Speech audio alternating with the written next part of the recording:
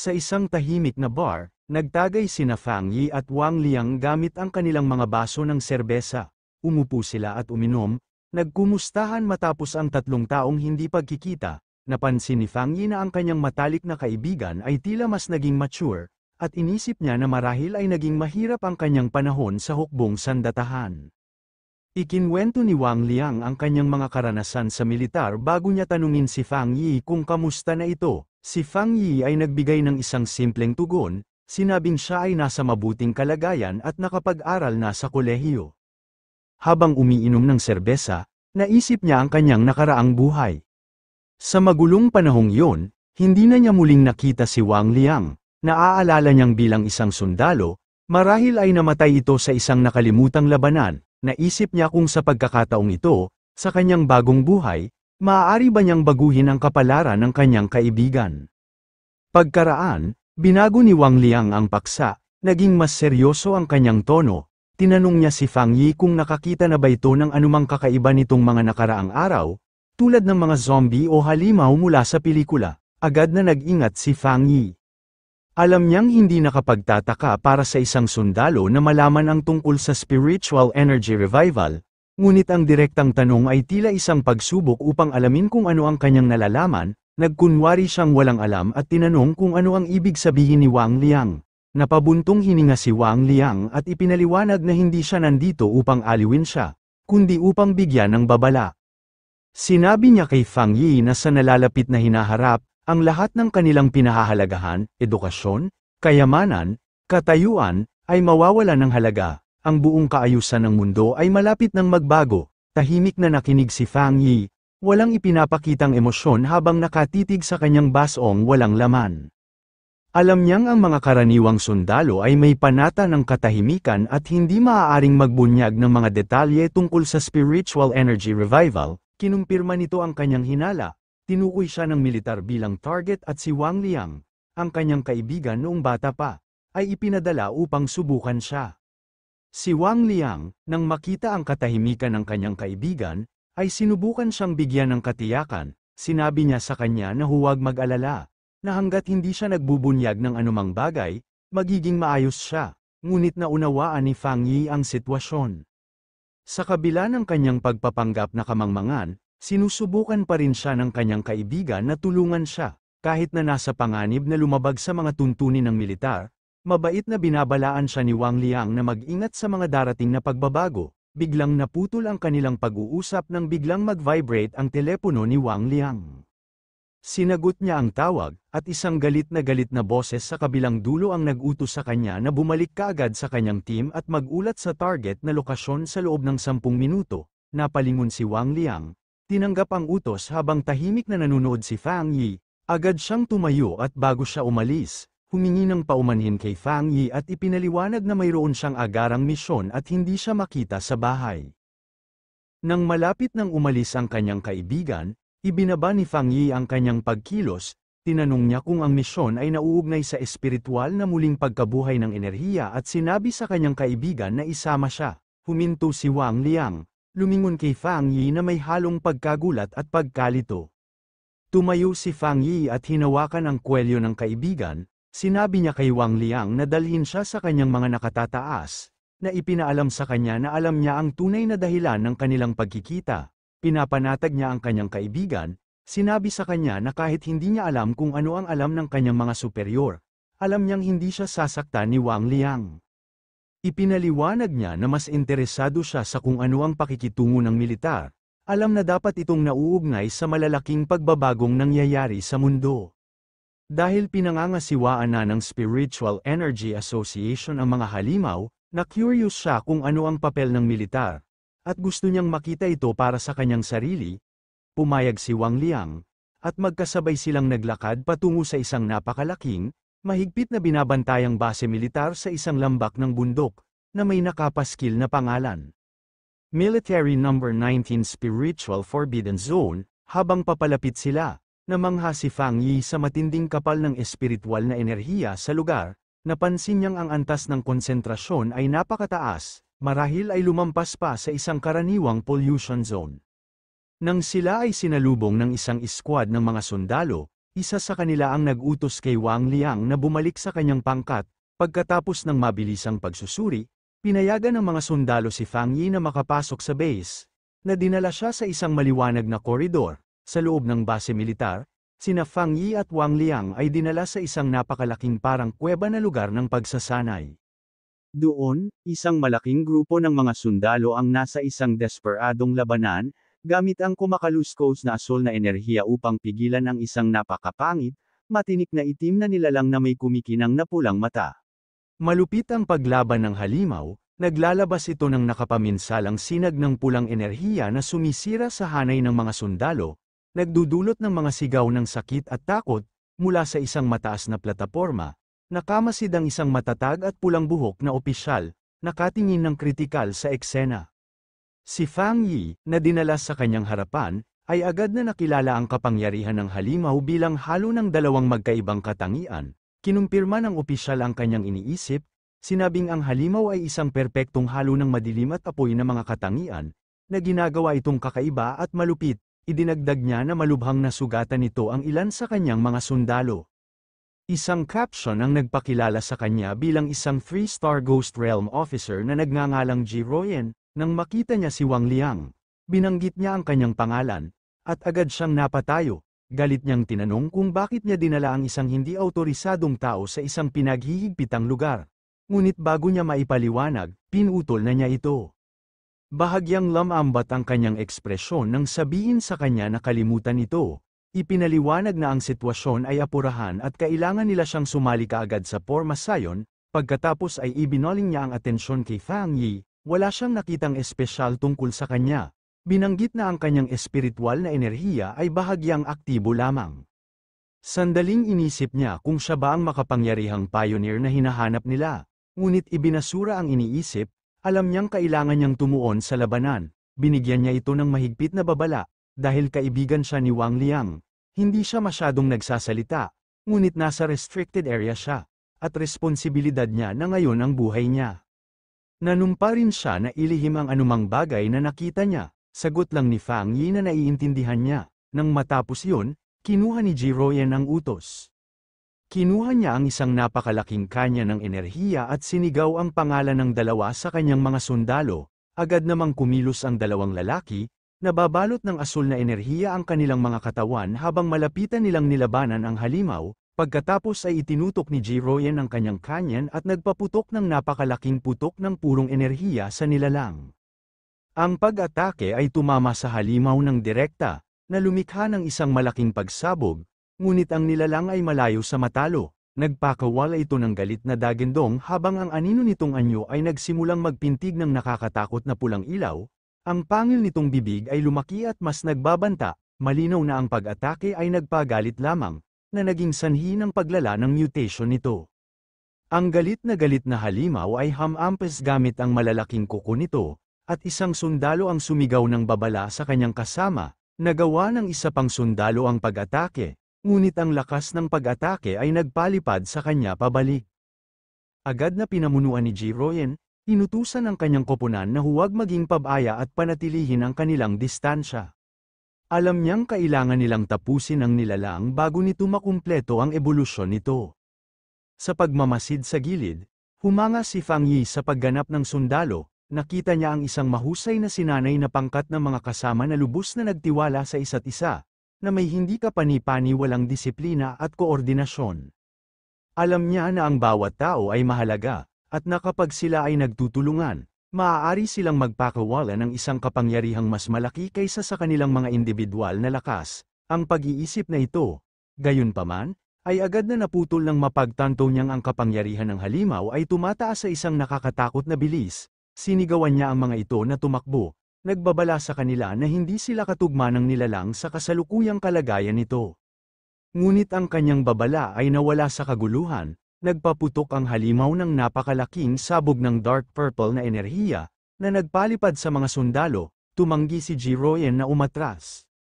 Inutusan niya ang kanyang team na itaas ang kanilang alert level at i-upgrade ang mutation level ng restricted area. Sa galit na galit, inutusan niya na walang uurong, huli na ang lahat.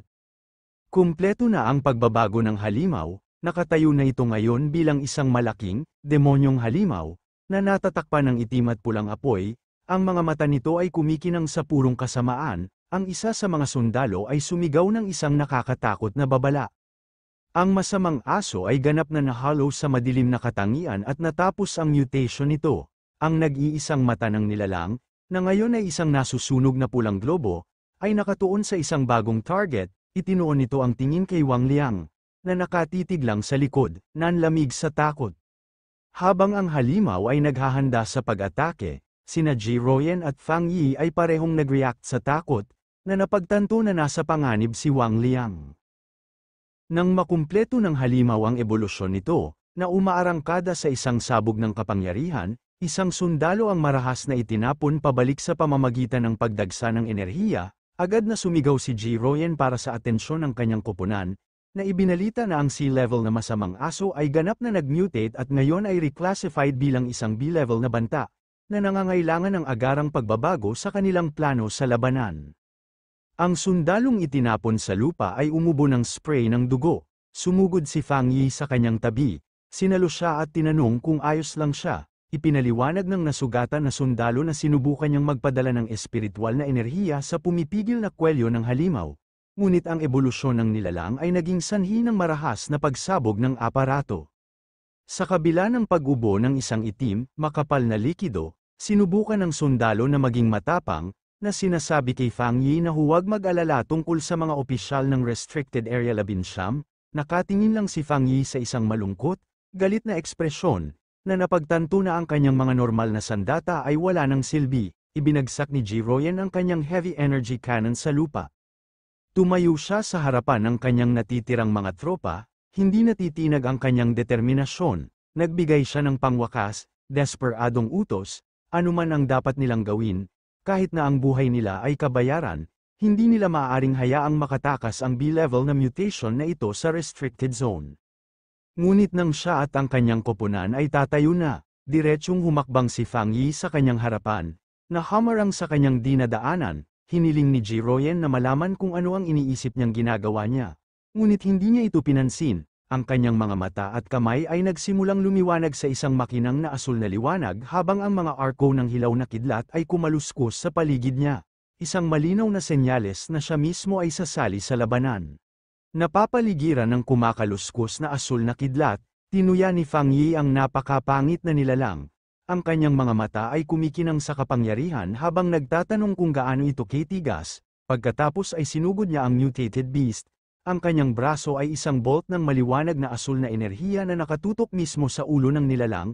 Napakalaki ng epekto, dahil sumabog ang isang napakalaking pagsabog ng banal na kulog ng tamaan niya ito, na tuluyang tumama sa halimaw.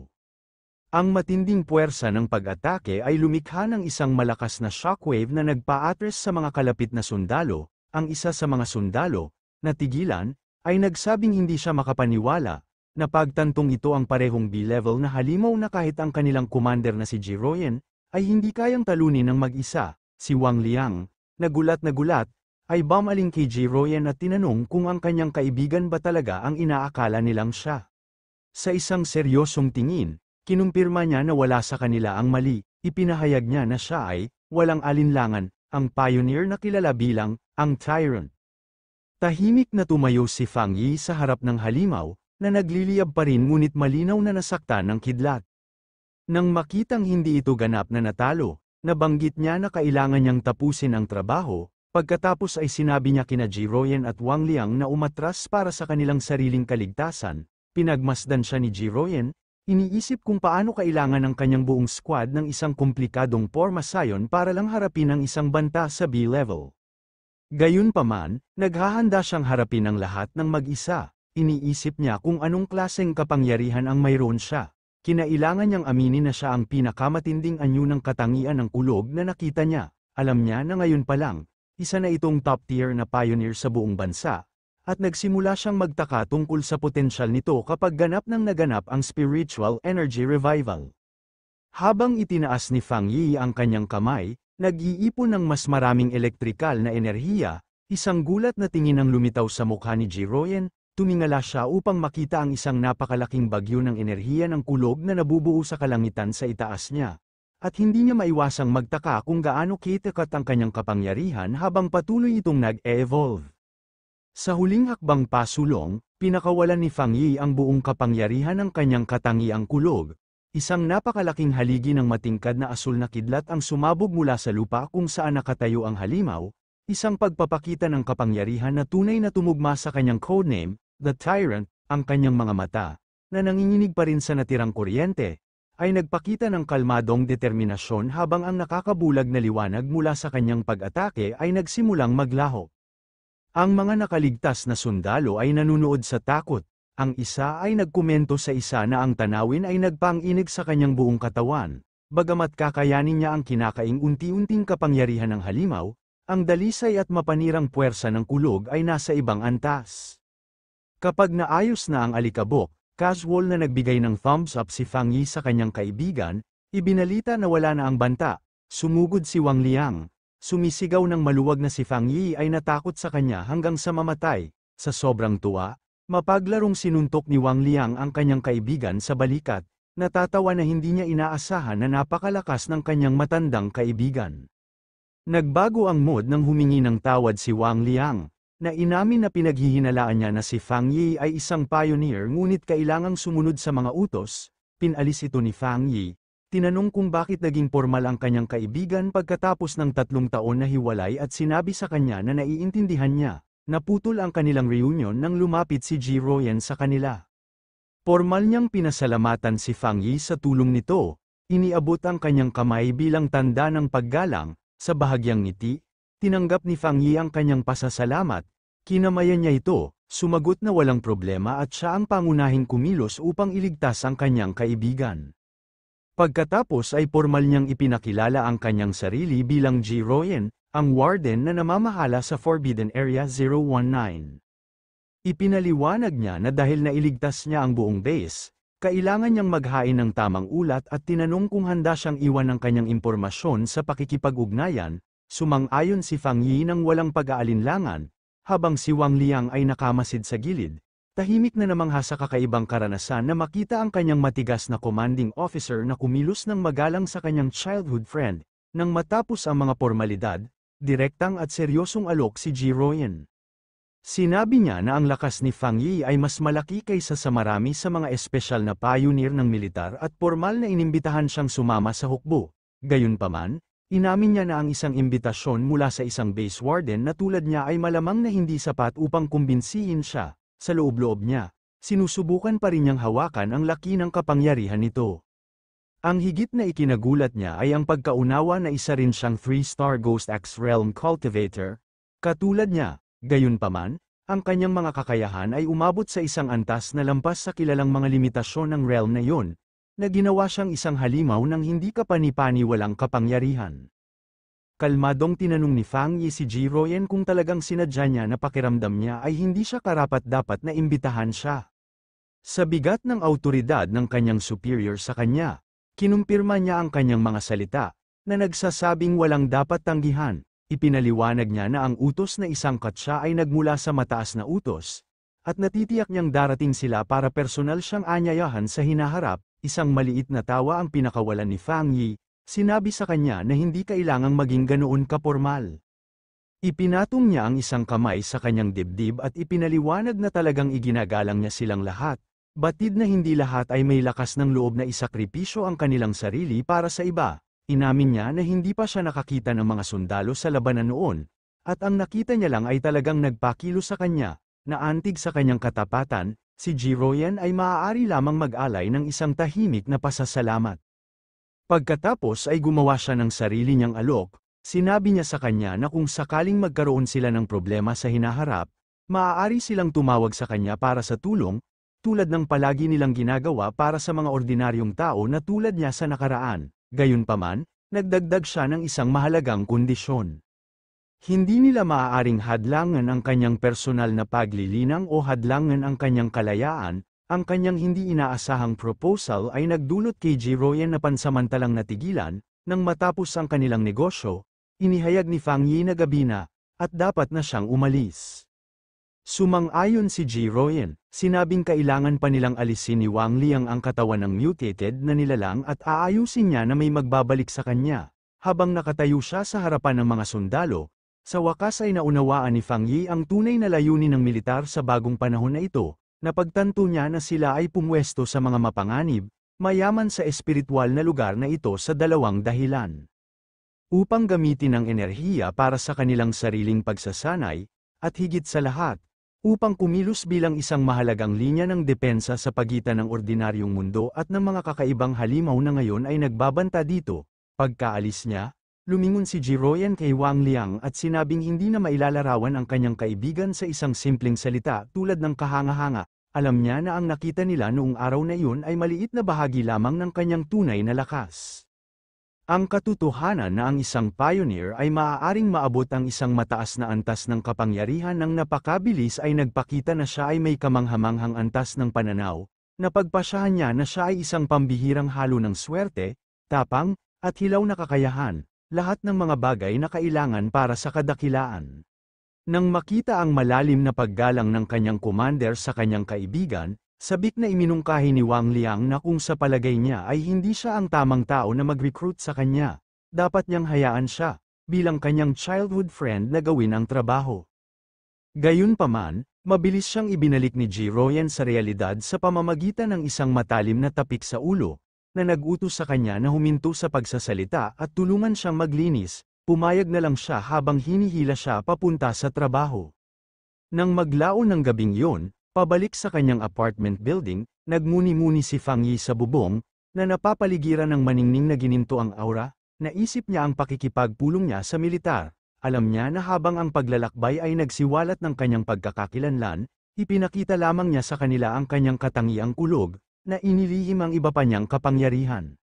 Batay sa kanilang magalang na saloobin, napagpasyahan niya na malamang na ito ay isang magandang bagay, naunawaan na niya ngayon na ang kanyang kakaibang katangian ng kulog ay isang perpektong kontra sa maitim na halimaw na kinakalaban ng militar, na ginagawa siyang isang napakahalagang asset, alam niyang susubukan nilang i-recruit siya, hindi pagbabantaan, na magbibigay sa kanya ng access sa pinakamabilis na paraan para lumakas at mas advanced na impormasyon.